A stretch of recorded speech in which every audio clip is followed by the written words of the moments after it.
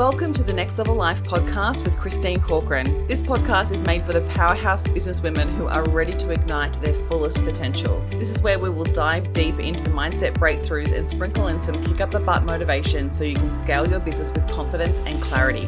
Whether you're craving more income, impact, or inspiration, this podcast will be your ultimate resource for all things next level. Listen in as we have authentic conversations with game-changing female entrepreneurs as we reveal the secrets on what it takes to rise and thrive.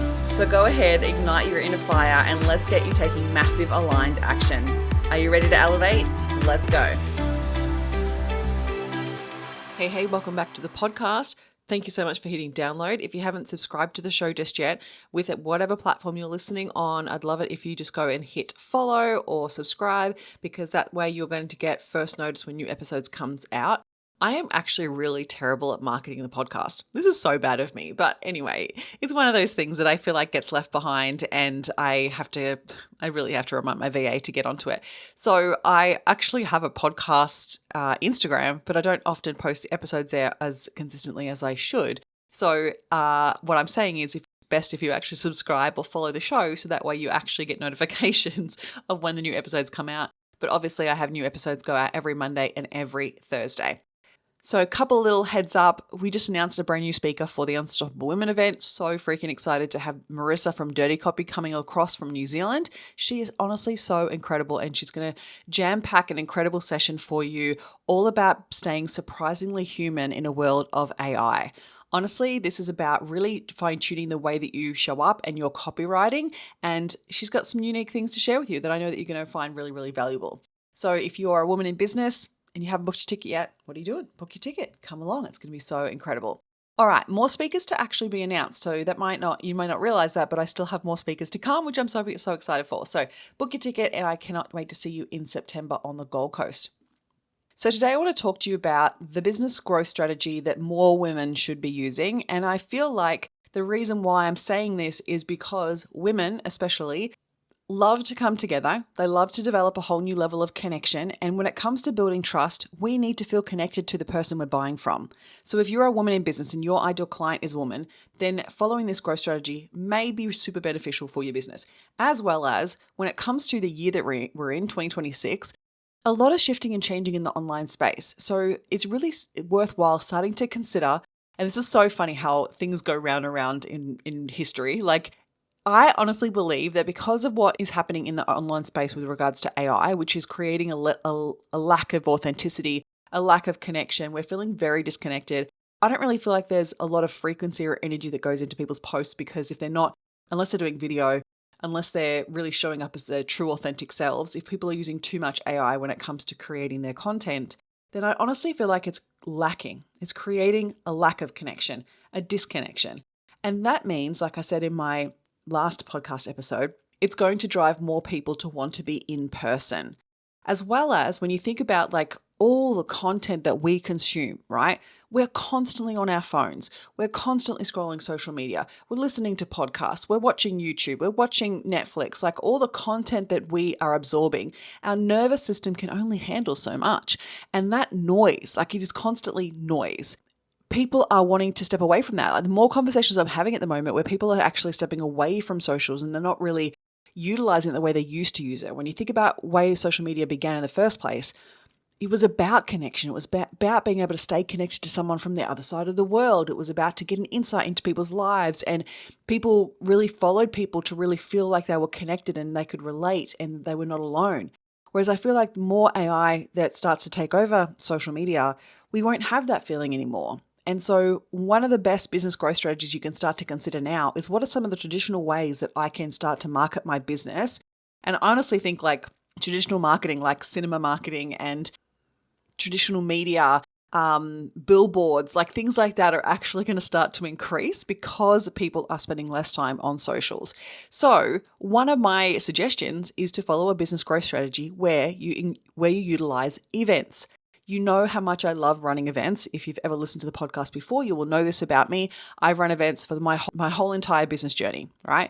I started events right in the beginning. It was my first year in business, and I attended a whole bunch of different meetups. That's when meetups were fun and interesting, and that's what the thing was. And I started to go to different events in Brisbane. And what I found was that I didn't really find my people. And I went to events and I felt like some of them were super tacky. Others were not attracting the right people. Others were really salesy.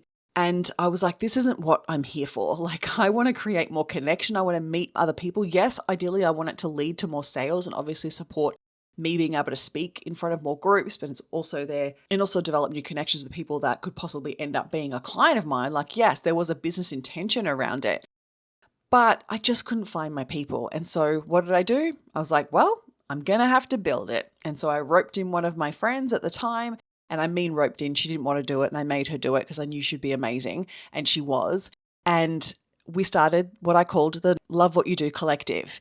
And we created a little social media post about it. We invited all of our friends and family and said, can you please come and support the event? The first one we ran was free. And then I said to my friend, we're going to have to run 4, a minimum of 4, for it to actually get some traction. And I said this to her because that was my buyer behavior. I had actually been on Meetup and been on the social media pages of Facebook groups, and I would watch and see people would post photos of events, and I'd look at who would attend, and I would look at what it looked like and what it would feel like to be in the room at this event. And I usually waited for 4 months before I stepped in the door. So if I thought about it like that with regards to starting my events, I was like, well, I'm going to have to run 4 in order to show people that this is reliable, that this is worthwhile attending, and because that was my buyer behavior. So I did it and continued on with them. And then at one point, my friend Kirsten decided that she was wanting to go in different directions. She didn't really want to do the events so regularly because we were doing them monthly, which is a lot. I will say that. But it needed to happen in order for us to build community. And we built such a beautiful little community of friends and new people. Like, we had literally brand new people cold, like never met them before, never spoken to them before, walk in the door and be a part of it and felt connected. And I was like, we're creating something really special here. And so when she said she wanted to step away, I was like, I feel like it'll let people down if we don't continue on. And so I then decided to bring in speakers and bring in new people to create new experiences. And they continued on for 3 years. 3 years until the last event that I ran. The morning of, I got a phone call from my family in Victoria who said, my dad was really, really sick and you need to fly down because he may not make it through the night. It was very scary. I literally jumped on a plane and flew down and called up Kirsten, my friend, who I had originally started the events with, and said, hey, Dad's really sick. I need to fly to Victoria. I've got an event tonight. It was literally the morning of the event. I've got an event tonight. Is there any chance that you can step in and interview the speakers that I have? And she thankfully jumped in and actually ran the event, which was amazing. And that was actually the last one that I ran. And the reason why is because of COVID, I got stuck in Victoria. I got locked into Victoria and could not get back to my home state for 6 months. And so as much as I had loved running them, it felt like a closing of a door. It felt like a perfect time just to close them down. It wasn't something that was super profitable at the time because I really hadn't really considered it to be a profitable thing. It was more for connection and fun and speaking and really like nurturing my speaking career. And I loved it. And I still have people that have attended those events that I still are connected with and still come along to my now events. And I'm so grateful. I'm so freaking grateful and blessed that I got to meet those people in that context. And so obviously in between that last event, which was in 2021, and then now I've run other workshops, I've run retreats, I've run networking events, dinners, breakfasts, like all the things you can possibly think of, until I then launched the Unstoppable Women event. That intention around the Unstoppable Women event was really to create something that I'd never created before, on the scale of something I'd never created before, to really stand out from the crowd and to shake up the business event space. I felt like more and more events popped up, and I even had, like, when Love What You Do was happening, like more and more events started popping up in the business space, and some of them were replicating what I was creating. Some of them were finding their own little niche, which was amazing. And it also created more events for people to attend, which then created a need for me to adapt to that market to ensure that people showed up. And one of the most important things that I did was really get clear on what my event was compared to what everyone else's events were, and really hone in on that. Then obviously I moved away from doing monthly events, did more workshops, retreats, and then actually did 2 2-day conferences with my friend Rosie, which was called the Rise Up Conference, until then the Unstoppable Women came through. The reason why I'm sharing all of this with you is because I honestly believe in this next phase of business, some type of in-person connection will be a really positive growth strategy for your business. And I'm going to tell you why. The first one is relationship capital. When you meet people in person, you connect in person, I honestly believe it's well above a level of trust building than you would do online. Like, yes, online will support the relationship for sure, but that in-person connection cannot be matched. Cannot be matched. And so when you think about that level of trust that's built and the connection that you create and the relatability that you create, then your onlines obviously can support that. But that level of trust can actually help with a sale really effectively. So I want you to consider, is it time to actually start thinking about adding an event into your business structure in some way, shape, or form? And it doesn't have to be like an Unstoppable Women event the size of that. Like, that's not what I'm saying. You don't have to start there. But I would actually like you to consider, like, for your people to feel like they're a part of something, to feel connected to you, but also connected to your other customers. What's something that you could do that could actually really take it to the next level? And we're seeing so many businesses do this in the product space that I'm just not seeing enough of it in the service-based space, right? And I wonder whether there's hesitations around that. And I'd love to hear what they might be. So if you are a service-based businesswoman and you've thought about possibly creating an event, I want you to let me know what the hesitation is. Can you send me a DM or a Facebook message and just say, hey, look, I'd love to, but this is what this is what I feel like is holding me back. And I'd love to chat to you about it, because I'm going to create more podcast episodes around this, because I honestly believe we are shifting into a space where people are going to be driving offline and into in-person events.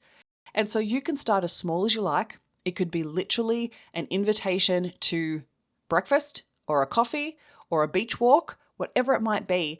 And you want to consider, like, what's something that you could do that would be unique to your brand, to your business, that would really support that connection and relatability.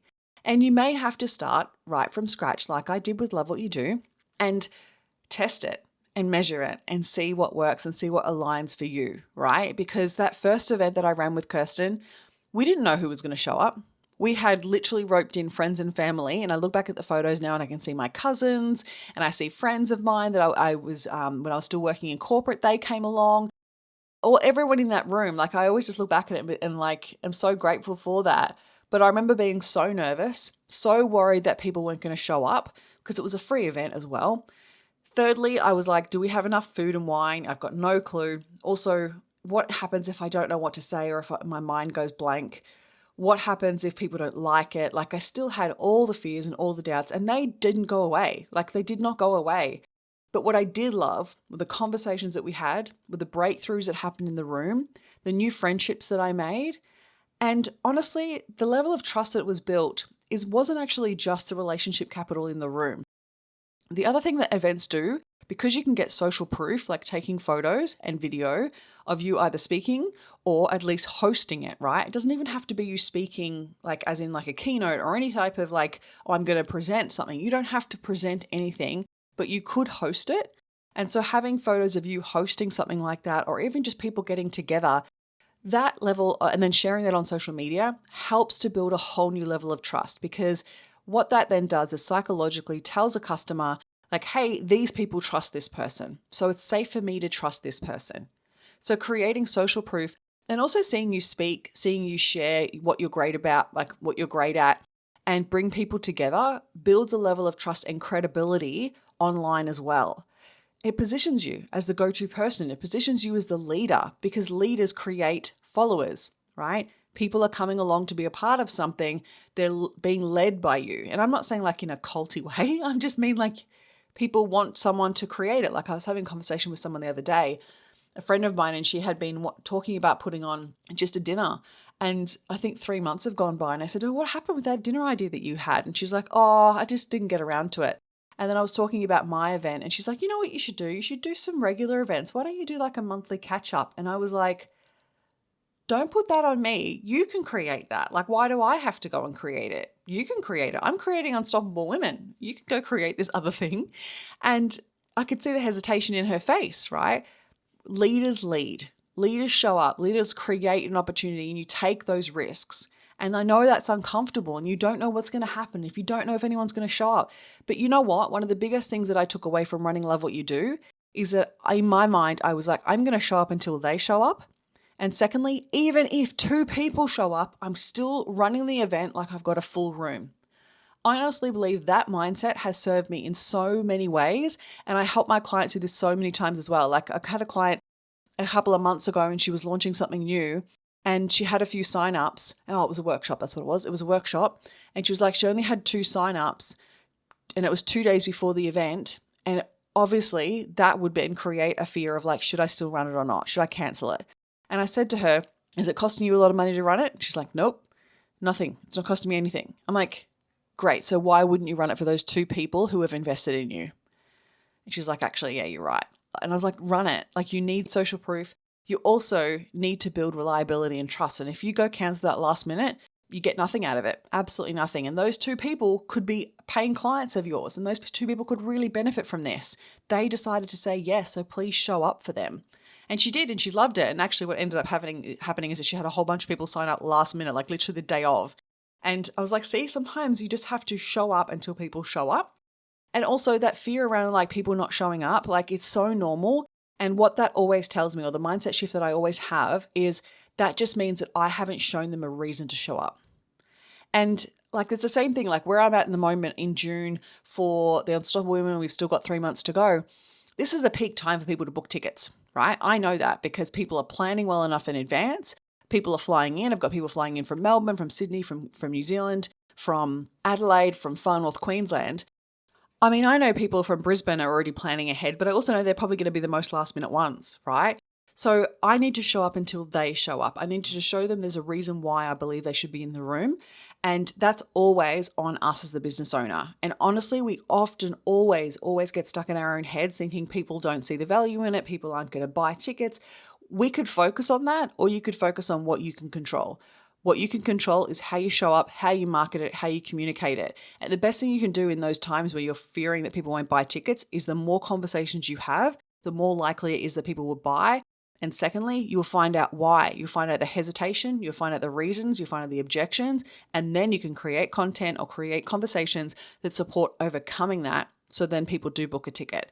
So I get it. There's lots of fear and there's lots of risk in putting on an event, whether it's online, whether it's in person. Either way, it is risky. But there is no reward without risk. I guarantee that there is no reward without risk. I don't know for sure how many people are going to show up to Unstoppable Women, but I'm going to show up and I'm going to do my best to get as many people in the room as possible. I'm going to do my best to show up and show people what you're going to experience in that room and show you that it is absolutely worth spending the money to be there, because it's going to be so different to every other event that you've been to. It's going to be so different to, going to a networking event and meeting a couple of people. A lot of people who run events haven't thought about events the way that I think about them. They haven't been to events the type of events that I've been to in order for me to create a unique experience for people. And I want this event to be like your annual get together where you connect with people that you haven't seen in ages, and also is the time that you celebrate yourself, that you upskill yourself, that you expand your capacity and expand your capacity for what you believe is possible for you. And I know that's going to happen in the room.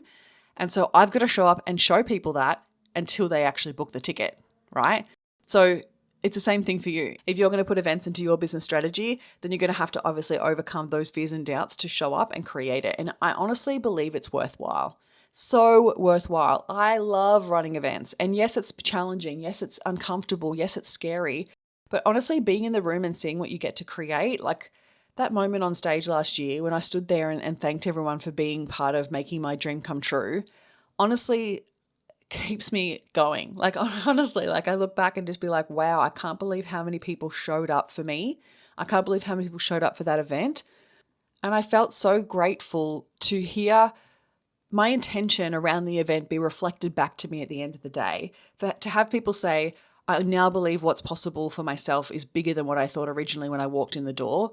I now want to go after bigger things. I now believe I'm worthy of more. Like, to have people reflect that back, honestly, was so incredibly heart fulfilling that I was like, this is why I love running events, like bringing people together, creating those connections and creating those spaces for your mind to be expanded is everything. So I'm, taking it up a notch this year. So make sure that you are in the room. So I hope today's episode has sparked something within you where it may be time to start putting an event into your growth strategy. And over the next few episodes, I'm going to share with you some of the challenges that may come up with running events and the hesitations and the fears and the opportunities, because there is huge opportunity for you to create them right now. And you can start wherever you feel most comfortable or uncomfortable, because you're going to be uncomfortable with any risk. You can start whatever that looks like. It might be a retreat. It might be a one-day retreat. It might be a workshop. It might be a conference. It might be a networking event. It might be a coffee catch-up. It might be a walk on the beach. Like whatever feels right for you and your business, it can be anything. So start where you feel like you can start, and I guarantee you can build it from there. The more social proof you get, the more people want to be a part of something. And the best part about being a woman is that we love to get together and talk. Like we love it. We need that connection. And that's why I believe that women need to put events into their growth strategy. If you have an idea of what you want to run, what type of event you want to do, tell me. I want to hear that this sparked something within you. Send me a message on socials, and I cannot wait to chat with you soon. Have a great day. Thank you for listening, and if you found any value out of this episode, make sure you hit the follow button so you get access to the episodes as soon as they are live, and make sure you come hang out with me on Instagram. You can find me at christinecorcoran_coach. Have an incredible week.